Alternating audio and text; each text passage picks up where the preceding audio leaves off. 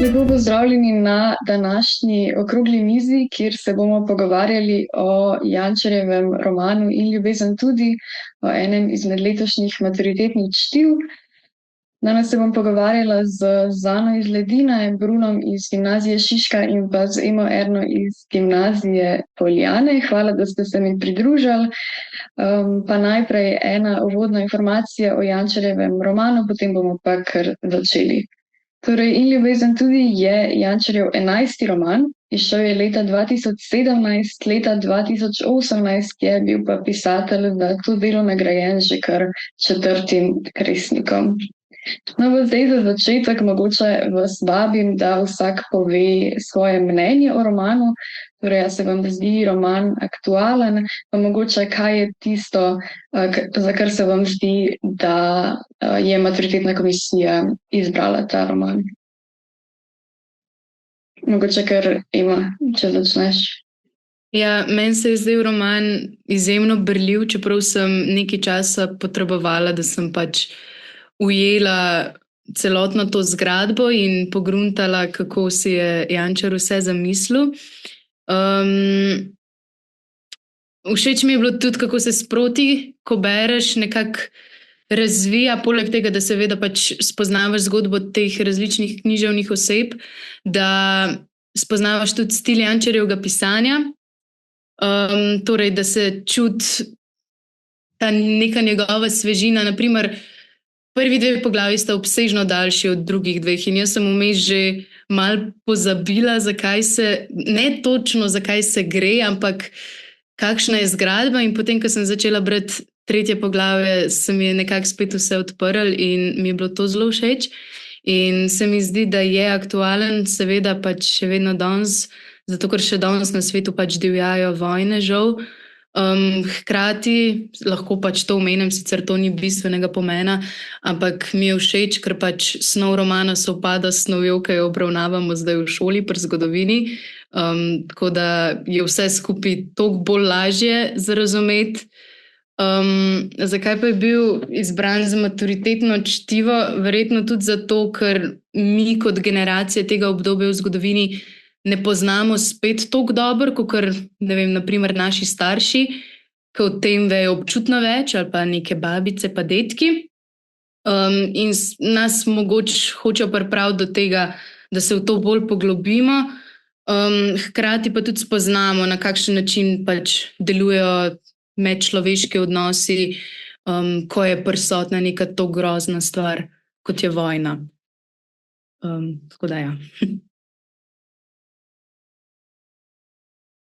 Bo še nekdo od vaju nadaljeval? Ja, meni se zdi definitivno, da je bil namen tega, da našo generacijo oziroma mlajši ljudi približajo s temi grozotami oziroma karko bi rekel, s tem groznim časom, ki se je dogajal že slabih 100 let nazaj pač pri nas na naši deželi, ker mi verjetno, mislim, če kaj slišimo od naših dedkov pa babic, kakšno zgodbo, in si ne moramo realno predstavljati, kako grozno je bilo takrat. In s takimi deli, kot je ta In ljubezen tudi, si lahko približamo to dogajanje, lahko bi rekel. Ok, super. Še Zana? Ja, pač v bistvu zdaj Bruno pa ima že to spovedala, to, kar si tudi jaz mislim. Meni se definitivno zdi, da so dosti zadel gradivo, pač glede na dogajanje po svetu, pa tudi razumevanje tega gradiva je bilo veliko lažje, kot naprimer druga knjiga, ki je Kocbek, zato ker je tudi slog pisanja malo enostavnejši. Pa tudi meni osebno je ful lažje brati, če je pač besedilo malo bolj ločeno, da ni toliko nagneteno skupaj, pa da je malo bolj logično razdeljeno. Tudi povezovanje med osebami je bilo dosti lahko za razumeti, pa hitro pogruntati, kdo je s kom povezan, pa ja, pač kako se navezujejo osebe. Aktualen pa je tako, ker pač se te vojne ne nehajo že odkar pač je civilizacija na svetu.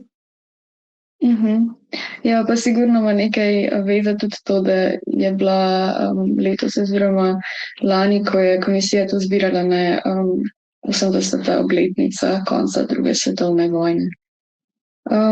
Všeč mi je, kako ste vsi izpostavili ta nek vidik poznavanja zgodovine. A se vam zdi potrebno, da poznavamo tisto, torej predvsem neko zgodovino druge svetovne vojne, pa mogoče zgodovino partizanstva pa narodno-osvobodilnega gibanja na Slovenskem tudi za to, da lahko potem razumljivo beremo ta roman?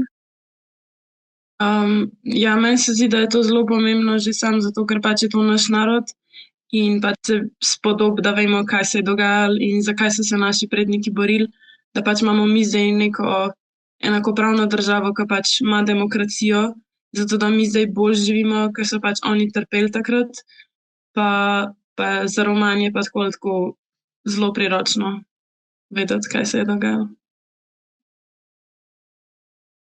Pa tudi, naprimer, če pride ne vem kakšna beseda, ki je ne razumeš, pa ne vem, je pri pouku nisi omenil, s tem, ko bereš roman, se ti nekako vsaj meni se je pač zelo lepo ne vem, postavili pred oči in sem kar naenkrat se razumela, če pa je bilo kaj, sem pa pač pogooglala, no. Ampak ja, se mi zdi, da zelo lepo predstavi in da ti da nek ta pregled, da pol pač boljš razumemo. Pa ste se v roman lahko uživali kot z vidika nekega današnjega človeka, ki pač na srečo nismo še izkusili vojne, ne? Tukaj je pa vseeno to osrednja tematika romana.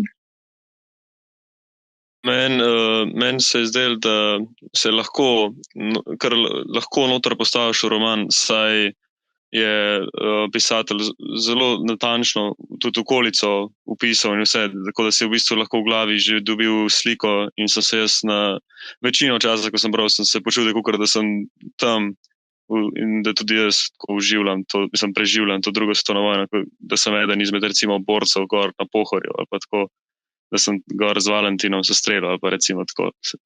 Se hitro lahko noter uživiš, če si pripravljen, da bereš. Se strinjam, ja. Pa tukaj verjetno lahko spet omenimo ta slog, ki mislim, da si ga Ema ti prej omenila, ne. Verjetno je tudi to glavna razlika med Kozbekovimi novelami pa med tem Jančarjevim romanom, ne. Tukaj, poleg tega, da je roman je res tak zelo berljiv, zelo prijazen, bralcu prijazen slog, ki res omogoča, da pač, kakor si rekel, nas postavi tja na Pohorje ali pa v tisto žensko taborišče, ne. Medtem ko Kozbek je bil vsaj slogovno je zagotovo večji zalogaj tudi za branje. Ok, kakšna se vam pa zdi zgradba romana? A vam je všeč to, da je vsako poglavje posvečeno enemu od likov? Meni se je zdela to dobro za brati, ker si točno vedel, kdo je v bistvu osrednja oseba tega dela.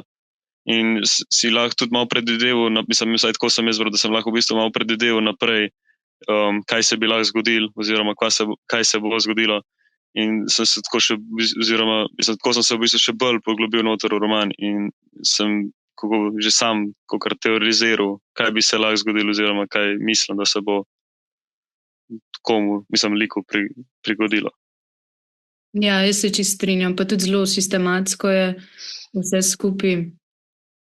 Tako da ja, se mi zdi, da ni težko za razumeti, no. Ok, no, potem se pa premaknemo k prvi taki večji temi, in sicer to je zgodovina oziroma kolesje zgodovine, kot Jančar temu pravi, a ne. Namreč on ves čas poudarja, da so vsi njegovi liki samo del kolesja zgodovine, nekega neusmiljenega kolesa zgodovine, ne. Torej, zgodovinski čas in vojne okoliščine pa potem določajo, kako se bodo razpletle usode osrednjih likov. Kaj si vi zdaj mislite o tem? A bi rekli, da so te liki res popolnoma podrejeni kolesju zgodovine, ali mogoče vseeno lahko vplivajo na potek lastne usode? Mogoče Zana? Ja, jaz mislim, da niso čisto podrejeni temu, da je pač bila vojna, zato ker ne glede na okoliščine, ti še vedno sam delaš neke odločitve do neke mere. In bi pač kakšen lik lahko tudi boljš izpeljal svojo usodo, kakor jo je, pa prizadel manj ljudi, pa če bi pač imel nek zdrav razum, malo boljš reagiral. Pa tudi veliko je tega sovraštva bilo prisotnega, ker pač v vojni je tako ali tako pač definicija sovraštva in nekih konfliktov, ki se pač v vojni lahko izrazijo, zato ker veliko stvari, ki se dogajajo med vojno, potem sploh ne pride na plano. In se mi zdi, da bi lahko bilo boljše, no. Ampak zgodba ne bi bila tako zanimiva, verjetno. A bi še kdo od vaju tukaj kaj dodal? Ja, mislim, do neke mere se podredijo. Naprimer, meni je tukaj na pamet padel zdaj Borban, ker pač on se do potankosti predal pač tej svoji usodi in je vztrajal v tem svojem nasilnem delovanju. In pri njemu ni zaznati nobenih pomislekov, naprimer, tudi ko se Valentin pač vrne med partizane, imamo občutek, da bi se ga Borban najraje takoj pač znebil. In ja, to, kar se je naučil pač v Srbiji, torej pač čistiti te čete, to fura naprej. In medtem, ko pa smo pač med razmišljanjem Valentina, ki se sicer zaveda, da pač po prihodu nazaj med partizane, da bo moral ubijati, da bo prisotno neko nasilje, pač pri njem pa beremo o nekih teh njegovih pomislekih pa razmišljanjih, tako da je tukaj taka razlika, no. Se strinjam, sploh Borban, dobro si to izpostavlja, je tak zelo enostransko prikazan, ne. Torej res je izpostavljen samo ta njegova kruta stran, to njegovo paranoično iskanje teh nemških vohunov, ne. Medtem, ko mogoče bi pa zdaj tukaj se še malo dotaknili Ludviga, ki se meni osebno zdi najbolj zanimiv z tega vidika, ne, žrtve zgodovine, zato ker res spremljamo nekako od začetka romana, kjer je na vrhuncu, kjer ima torej v rokah ogromno moči in z njo potem tudi kar svobodno razpolaga, ne, v bistvu mnogo ljudi verjetno po krivem obsodi, pa tudi pol do konca romana, kjer pa pač pristane nebogljen, ranjen v Katičini kleti in je v bistvu popolnoma odvisen od Katice in pa potem od teh, ki ga na koncu tudi likvidirajo, ne. A bi mogoče še malo komentirali, kako dojemate Ludvika? Bi rekli, da je on tudi žrtev kolesja zgodovine, tudi na začetku romana, ko pač dela to, kar dela, ne, v tem gestapovskem zaporu, ali je on mogoče ta lik, ki to nekako vzame v svoje roke, ko res razpolaga z močjo, kakor sem omenila? Ja, jaz si razumem, da je Ludvik končno dobil to moč, ki je ni imel, ko je odraščal, on se je vedno počutil kot tujec v Mariboru, ker je bil v manjšini, avstrijski manjšini in je vedno bil kot zaničvan. In ko je enkrat končno dobil to moč, da se mu ne morejo več posmehovati, da ga morajo spoštovati, mu je mogoče prevzela ta moč in jo začel izkoriščati. Tako si jaz predstavljam to njegov vrhunec oziroma začetek romana. Ja, jaz pa mislim, da pač dokler ni enkrat res potreboval pomoč nekoga, pač v tem primeru Katice, se realno ni zavedal, kakšno škodo dela ljudem, ker je imel pač samo to neko svoje prepričanje, da so samo Nemci pa pač njihova rasa oziroma njihov način dojemanja sveta pa politike pa vsega, da je pravilen in da pač je to njihovo dejanje upravičeno, da pač so vsi ostali slabi ljudje in da pač jim škodijo in da si zaslužijo biti kaznovani. Pol pa, ko je enkrat realno rabil pomoč, se je pa šele zavedal, da pač njegovo dejanje ni pravilno. Mogoče lahko to razumemo tudi ta njegov konec, ne, kot da ima vsako dejanje neke posledice, ne, mogoče celo kot neko kazen ali pa karmo, ne, če se takim mal pretiranim izrazom izrazim. Ok, pa a bi rekel, da je zgodovina v vlogi glavne protagonistke? To je namreč nek tak termin, ki se zelo pogosto pojavlja v zvezi s tem Jančarjevim romanom v raznih kritikah pa spremnih besedah. Mislim, meni se zdi, da ima eno izmed glavnih vlog že sam zaradi tega, ker je pač snov romana Druga svetovna vojna. Ampak ja, pač opazujemo tudi, kako se različne književne osebe v zgodovinskem kontekstu potem vedejo, kako jih pač zgodovina zasužni in nekatere pač pripelje do najhujšega, torej ali do smrti ali do mučenja. Ja. Ja, zanimivo je, kako so pol znotraj te zgodovine, ki je res v bistvu, ja, kot si rekla, ima neko glavno vlogo, kako so bolj izpostavljene tudi zgodbe posameznikov, ne, ki so torej žrtve zgodovine, ampak hkrati mogoče ne popolnoma, ne, kot smo prej ugotovili. Zdaj bi pa mogoče še malo pokomentirali Sonjo, ki je v bistvu na začetku sprožiteljica dogajanja, ne, ampak potem na koncu nekako klavrno konča, tudi zaradi vojnih okoliščin.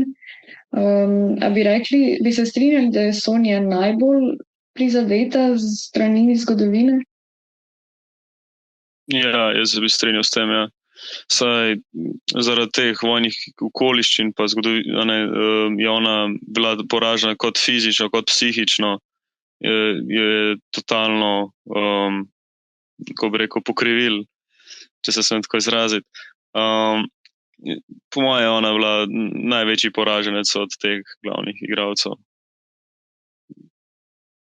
Tudi za velike stvari, pač ona je hotela samo dobro na začetku, ko je pač želela Valentina rešiti, pa se je pol njej v najkorist obrnilo vse, ko je pač bila pripeljana v ta koncentracijsko taborišče, pa je v bistvu pol nekako najboljš iz najslabšega dobila ven, da je pač bila v teh okoliščinah, ko je pač bila zlorabljena strani teh vojakov, ker pač v sami zgodovini je pač to pomenilo, da je bila ženska lepa in da si je zaslužila to mesto. Ampak je pač njo mentalno uničilo, kakor bi verjetno čisto vsako žensko, ki bi se ji to zgodilo. Tako da vsaj preživela je, če pogledamo na dobro plat, ampak ni bila pa niti za eno stvar kriva, da bi pač bilo upravičeno, da bi bila tja pripeljana. Ona je v bistvu hotela samo dobro. Pa tudi ta Valentin ni kaj preveč skrbel zanjo, razen to, da je na vsake par mesecev verjetno pomislil nanjo, da pač še vedno obstaja in da je mogoče že mrtva, mogoče ni. Pač tudi lajšal si je z drugimi ženskami svoje težave. Tako da, ja, definitivno ona največja žrtev v tem romanu.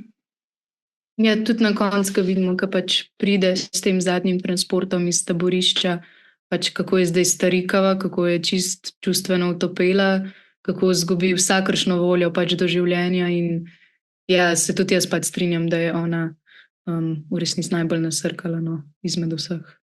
Pa tudi, ko pač pride Katica k njim domov, ko je bila ona mlajša, pa preden je šla v koncentracijsko taborišče, pač jo je vedno zanimalo, kaj dela Katica, pa zakaj njen oče njej pomaga.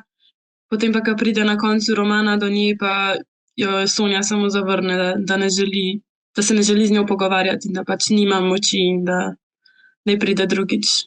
In to že veliko pove o tem, kako se je spremenila.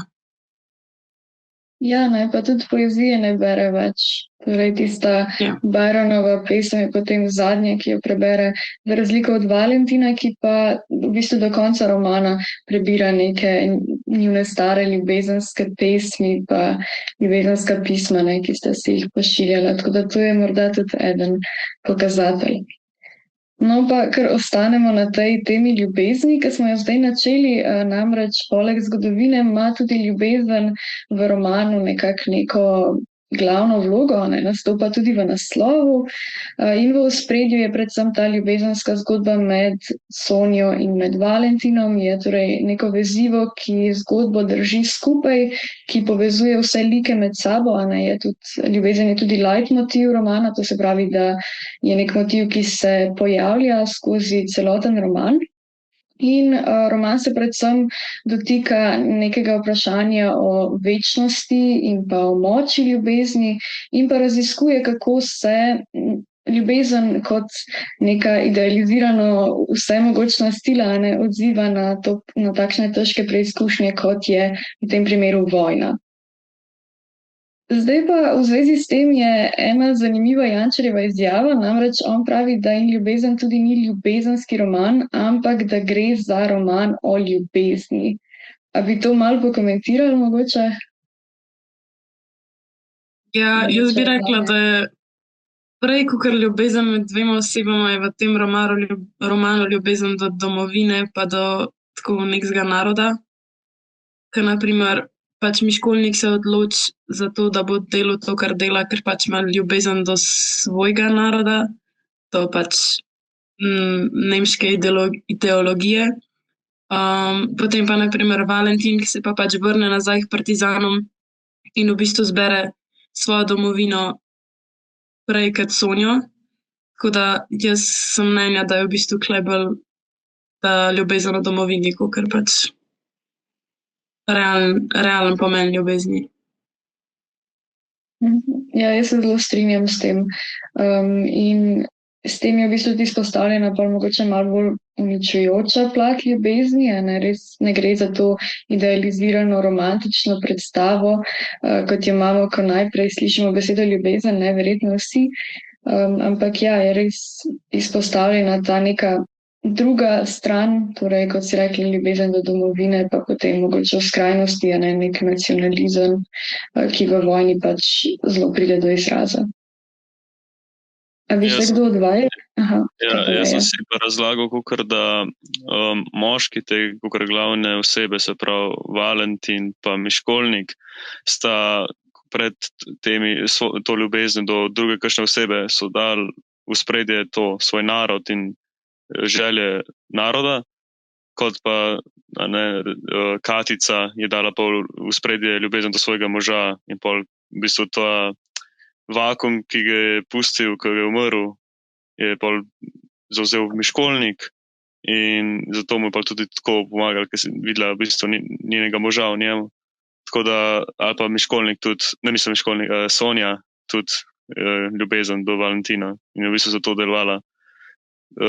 In bi rekel, da sta oba dva kakor motiva aktivna zelo. Ja, in super. Ljubezen v takem času lahko uničevalna, ljubezen Sonje do Valentina je njo pripeljalo do taborišča in s tem, ki ga je ona hotela rešiti, je ona pristala tam, kjer je. Tako da ja, tudi v tem kontekstu. Super, ja. Mogoče se sam navežem še na to, kar si prej Bruno rekel. A se ti zdi, da je pol to, kar si izpostavil, tudi glavna razlika mogoče med ženskimi pa med moškimi liki v romanu? Ja, lahko bi rekel tako, ja. Saj v bistvu imajo drugačno prioriteto. Saj tako si jaz to razumem. Po moje, da je to glavna razlika. Se bi strinjal s tem. V kakšni meri bi pa rekel, da se liki trudijo ohraniti ljubezen? Recimo Sonja, ona potem na koncu, vsaj jaz sem to brala, kot ne razmišlja več o Valentinu, zdaj zaradi te izkušnje, ki jo je doživela v taborišču. Valentin pa še vedno razmišlja o Sonji, ampak se mogoče ne trudi, da bi nekako prišel v stik z njo ali pa da bi poizvedel, kje je, kaj se je z njo zgodilo. Mogoče malo to pokomentirali? Vse, kakor je tudi Bruno povedal, je Valentinu bila prioriteta vojna pa domovina, pa da osvobodijo to okupirano ozemlje. Sonja pa ni imela te naloge, da je vojak, če lahko rečem. In je edino, kar je lahko razmišljala, je bil Valentin, pač tudi študirati ni mogla, tako da je v bistvu imela več za razmišljati, kot Valentin. Ampak po drugi strani pa pač Valentin tudi najdu alternative za Sonjo, naprimer Katjuša, in to pa tudi na koncu romana obžaluje, ampak takrat je že prepozno. Okay. Zdaj se pa mogoče premaknemo še malo k Katici pa k Ludvigu. A bi rekli, da je to, kar sta ona dva imela, tudi neke vrste ljubezen, ali gre bolj za nekaj, kar se je mogoče razvilo iz stiske? Meni se zdi, da sta pač oba dva v tistem trenutku potrebovala pač neko bližino. Ona, ker je pač izgubila moža, on pa pač, ker je bil v Šterntalu in mu je bilo tako ali tako grozen. Hkrati zanj tudi vemo, da je znal nekako zmanipulirati ženske, če lahko temu tako rečemo, kar smo videli že prej s Sonjo, takrat, ko ga je ona obiskala. Verjetno, mislim, mogoče se je želel na ta način tudi nekako rešiti. Ne vem. Ja, iz Katičine strani pa niti ni bilo zaznati toliko nekega odpora.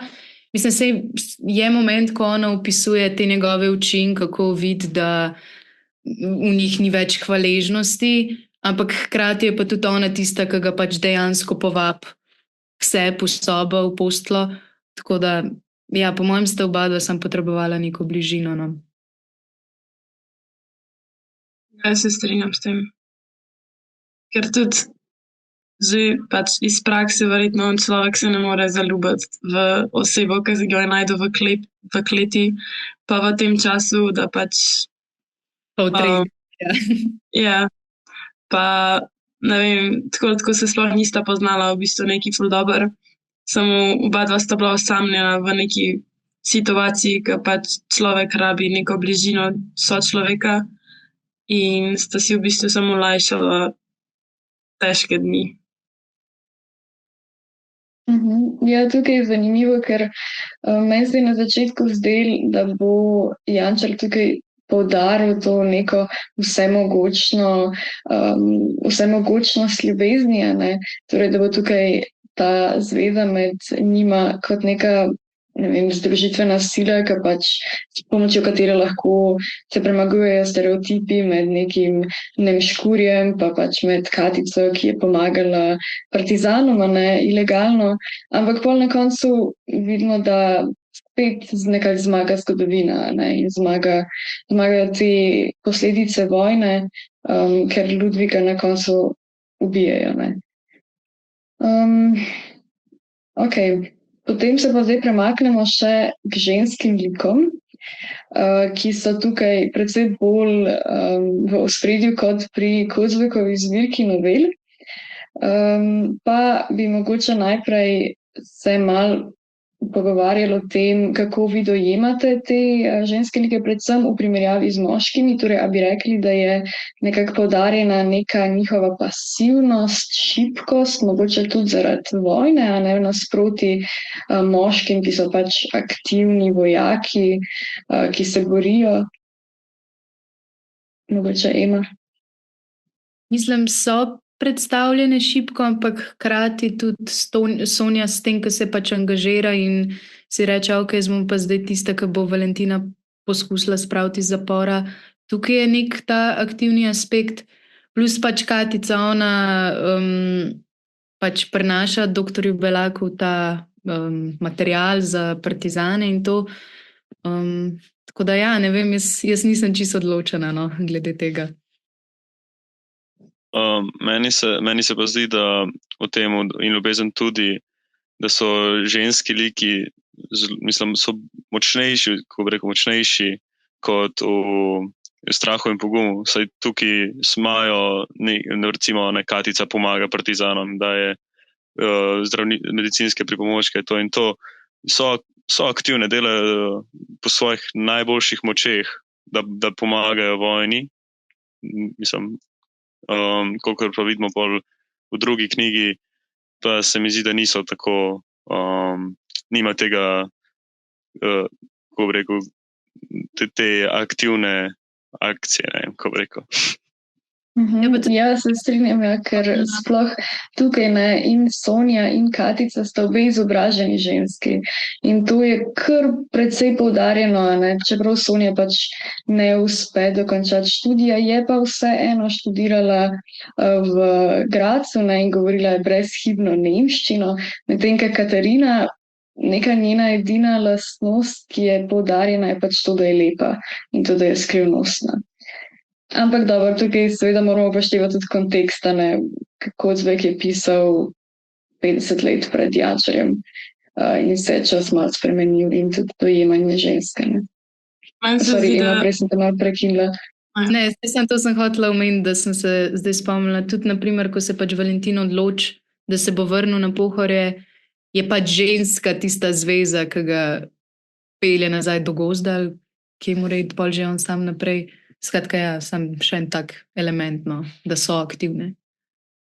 Jaz tudi mislim, da je veliko težje gledati pa čakati na neko ljubljeno osebo, da se bo vrnila iz vojne, pa pač ne vedeti, kaj se realno dogaja, pa je ta oseba živa ali je mrtva, kakor v tem primeru vojaki, ki so v vojni in je pač tudi njim ni lahko, ampak vsaj ne vejo, da so njihovi ljubljeni doma in da niso v vojni.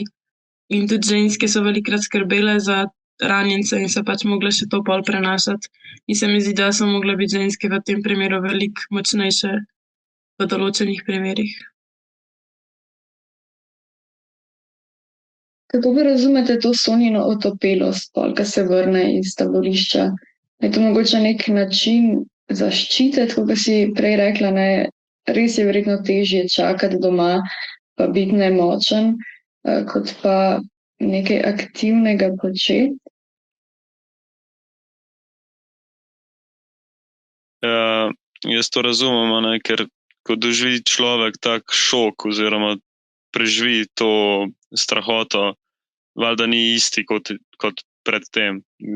Pač pusti to neko znamenje na tebi in za njo je bilo to, da pač izgubila to njeno energičnost pa, kakor bi rekel, voljo do šolanja, življenja, tako in tako.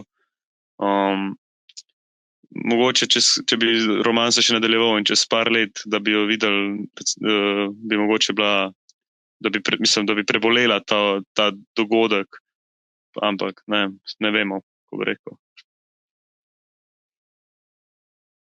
Se strinjam, ja. Kako bi pa rekli, da vojna vpliva na moške like v primerjavi z ženskimi? Veliko moških likov, naprimer v tem primeru Valentin, po koncu vojne, na koncu romana, še vedno opazimo, da veliko pije, da tudi s to Katjušo ima ta nek konflikt, da ni več isti človek, da je pod vplivom različnih substanc, ker so bili vsi vojaki v vojni in tudi na njih pusti to velik pečat, že sam zaradi vseh grozot, ki so jih videli in bili priča. In mogoče tudi to, da so videli svoje tovariše umirati in takrat v vojni, ki si v nekem trenutnem šoku, ki ti pač adrenalin dela, tega ne zavedaš čist. Potem pa, ko se to vse umiri, ko si naenkrat sam v sobi, pa nimaš lih nekoga, ki bi se z njim pogovarjal, pride to vse za tabo, pa se začneš realno zavedati vseh grozot pa posledic in vpliva na te. Ja, tako kot si omenila, pač Valentin se vrne k tem svojim starim, potem pač začne piti spet, razmišlja o Sonji, kakor smo že rekli, sicer nič ne naredi, oziroma pač hodi čakati nekaj časa na železniško postajo, ampak nje ni. Tako da ja, vojna jih pač vse zmeša do konca. Ja, pa mogoče omenimo še eno pomembno žensko, ki je močno zaznamovala Sonjino usodo, ne? Namreč ta šlezijska zdravnica Inge, ki je potem ponarejala mislim, zaradi nje je Sonja lahko ostala dlje v tisti bolnišnici, ne, in se ni rabila vrniti nazaj v taborišče. In tam je tudi ostala potem do konca vojne. Pa mogoče tudi ta Jadranka je zanimiva, ne, oziroma Katjuša je zanimiva, ker je pa ženska, ki se bori v partizanih, ne, če se ne motim. Tako da prikazuje tudi neko, v bistvu, da niso bile vse ženske pasivne doma, ne, ampak so nekatere tudi se borile ob moških na frontah oziroma po gozdovih. Ok, bi še kdo kaj dodal o ženskih likih? Dobro, če ne se pa predstavimo na naslednjo temo, in sicer to je v bistvu neko vprašanje nedolžnosti in krivde in pa kako Jančar prikazuje antagoniste, predvsem, oziroma antagoniste je malo premočna beseda, ne? Torej te malo bolj negativne like, tukaj ima v mislih predvsem Ludvika. A se vam zdi, da je Ludvik kriv ali da lahko njegovo krivdo opravičujemo z vidika teh zgodovinskih okoliščin, torej da je bil on v to malo prisiljen, tudi zaradi tega, ker je bil pač Maribor okupiran in je pač izbral v tistem trenutku pravo stran? Ali bi vseeno rekli, da ga moramo imeti za odgovornega, da je torej vse, kar je storil zato, ker se je sam tako odločil potem na koncu? Mislim, Okay. Mislim, da ja, ker tudi potem on, ko je pri Katici, tudi on sam reče, pač nekako se hoče zagovarjati s tem, ker reče, ja, vsak je pač moral biti na eni strani, ampak on se je pač zavestno odločil za nemško stran, tudi zaradi svojih korenin. Tako da, mislim, je moment, ko se nam mogoče on malo zasmil, ko pride iz Šternitala, pa govori o vsem tem, kaj je tam bilo. Ampak še vsem se mi zdi, da pač ne smemo pozabiti, kdo on je in kaj je vse naredil. Jaz tudi mislim, da se je večinoma sam odločil, ampak se pa zavedam, da je ta nemška kultura bila v tistem času dosti močna in da če pač nisi bil na njihovi strani, si bil neki izobčenc in si pa raje izbral stran, ki ti je prinašala neko korist, kakor stran, ki te je pač zaničevala, pa si potem mogoče končal tudi tam, kjer ne bi hotel. Ampak še vedno je pa sam del odločitve in se je zavedal, v kaj se spušča in v kakšne posledice bojo, ker je bil tudi na visokem položaju in dvomim, da njim niso povedali, kaj so njihove naloge. Tudi bil je na tej šoli, ki so jih že učili za bodoč položaj. Tako da je sam kriv večinoma. Ja, jaz bi šel pa mogoče malo v drugo smer, da bi rekel, mislim, valjda razumem to, da je večinoma kriv, se raba tudi razumeti, da kot nemškega porekla in da bi on bil proti nemškemu režimu, mislim, tako se jaz to razlagam, bi bilo skoraj absolutno zanj katastrofalno in takoj ga bi likvidirali že. Ker ne moreš biti ti, mislim, kakor so pa v bistvu zdelali partizani po vojni, da če si bil v bistvu na drugi strani, so te takoj poslali v Šterntal, bi verjetno se zgodil isto njemu, samo že prej. Ja, super, da ste izpostavili zdaj dva različna vidika, ne? Ker tudi Jančar se trudi tudi take negativne like, ne, kot je Ludvik, prikazati zelo dvostransko, torej ne črno-belo, torej nimamo samo nekih izrazitih dobrih likov in nekih izrazito slabih likov, ne, tudi v Valentinu bi lahko najdel marsikatero slabo lastnost, ne, recimo to, da potem v bistvu čisto ignorira oziroma se ne trudi povrniti njegove zveze s Sonjo. Tako da ja, Jančar je v bistvu zelo sočuten, zelo empatičen z tega vidika. Meni se je zdelo, da se je trudil Ludvika prikazati prvo kot človeka, prvo kot nekega posameznika, ki je pač, tako kot si rekel, zaradi svojega porekla ravnal tako, kot je. Seveda je pa moramo tudi izpostaviti, ne, da je pol na neki točki začel izkoriščati svoj položaj, da torej ne bi verjetno rabo toliko zavzeto delati v tistem gestapovskem zaporu. In verjetno je res marsikoga pokriven potem obtožil na smrt. Meni je zelo v spominu ostal tisti prizor, ko naročajo žeblje in krste, ker torej ni dovolj ljudi, da bi dosti hitro delali krste za vse, ki so jih pobili. Ne. Tako da ja, to se mi je zdelo kar malo groteskno že skoraj. Zdaj, a bi rekli, da se lahko ne poistovetite, ampak da lahko razumete tudi te negativne like, mogoče še ima pa Zana, ki ste izpostavili predvsem to izkoriščanje njegove moči. Ja, mislim, težko poistovetiti. Že zaradi tega, ker pač nismo živeli v tistem času. Ampak ne vem, no, kakor sem že rekla, pač je moment, ko se ti on tudi smil in res dobiš kot bralec občutek, da pač je on tudi človek. No. Tako da. Ja, jaz mislim, da je bil pod vplivom vojne dosti veliko časa. Tako da nekako bi ga razumela, ampak še vedno, kakor sem rekla, vsak dela svoje odločitve in pač tudi, če je bil na njihovi strani, bi lahko se probal izogibati tem hujšim zadevam, pa pač poskušal biti boljši človek. Jaz bi pa še dodal, sem se zdaj dobil še eno to idejo, da v bistvu rabimo tudi malo z druge perspektive pogledati. Recimo, mi zdaj gledamo kakor Slovenci, pa kakor Slovenci, ki smo zmagali vojno in da so Nemci bili ta zlobni. Če bi pa pogledal, kakor da bi bil Nemc, recimo bi pa se lahko zagovarjal, da je v bistvu on delal za svoj narod to, kar je imel moč, se pravi, da je se probal v čim manjšem številu znebiti se čim več nasprotnikov v novi nemški deželi. In bi lahko, če bi z njihove perspektive gledal, bi lahko tudi rekel, da je bil on heroj na nek način.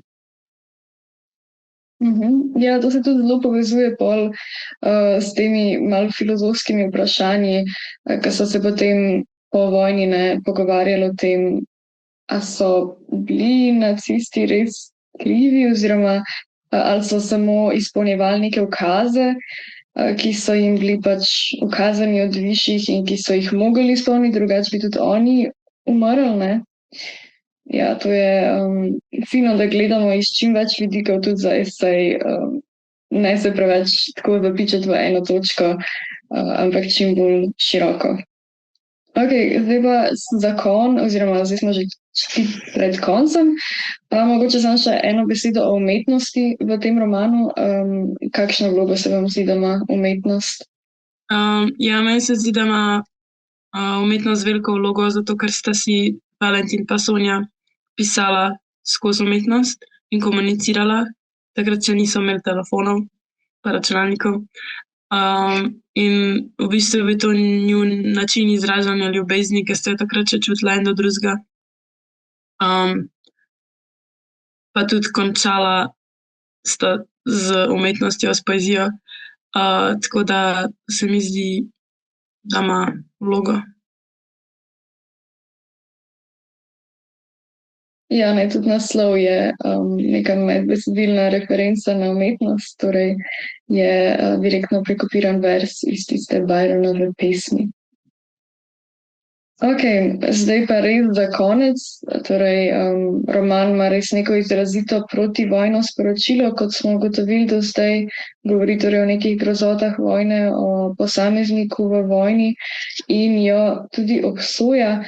Zdaj pa mogoče se bomo še malo dotaknili aktualizacije. Torej, a bi rekli, da je mogoče živeti preko vojne? Torej, a lahko kakšen odlikov ali pa tudi posameznikov v svetu danes nekako čisto ignorira vojno in živi v nekem svojem mehurčku naprej, čist neobremenjeno, ali te vojna enostavno posrka vase, ne glede na to, kdo si in kje si.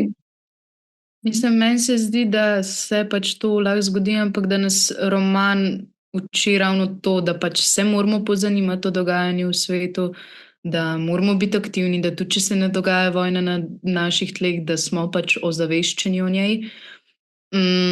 Hkrati nas pa pač od nasilja odvrača in uči, da vojno pač preziramo.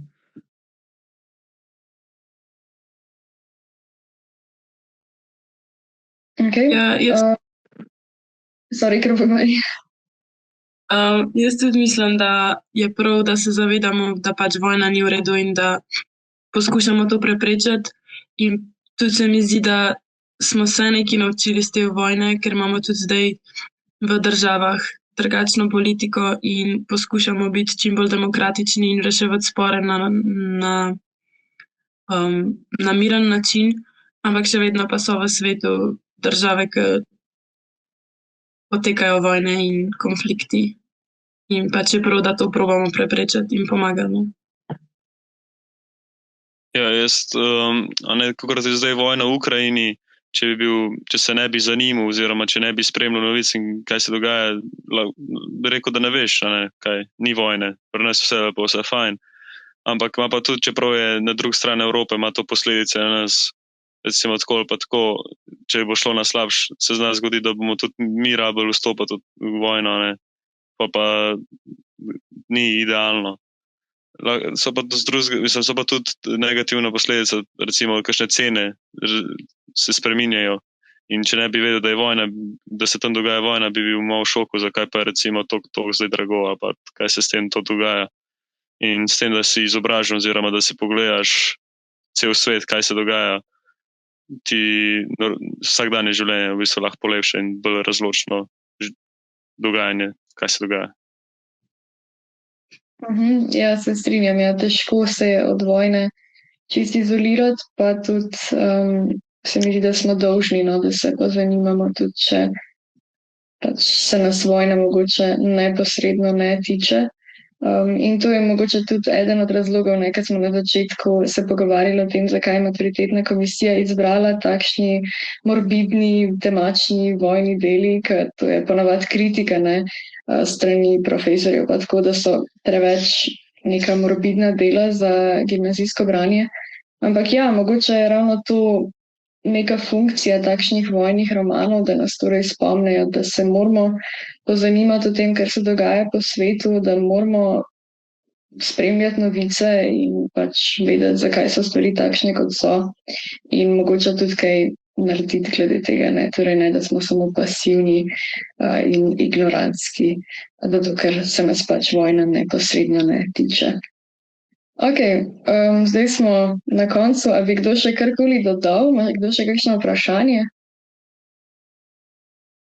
No, potem pa najlepša hvala, da ste se danes priključili temule pogovoru. Jaz mislim, da bo šlo vsem super na eseju, vsaj na podlagi tele okrogle mize danes. Tako da srečno na maturi.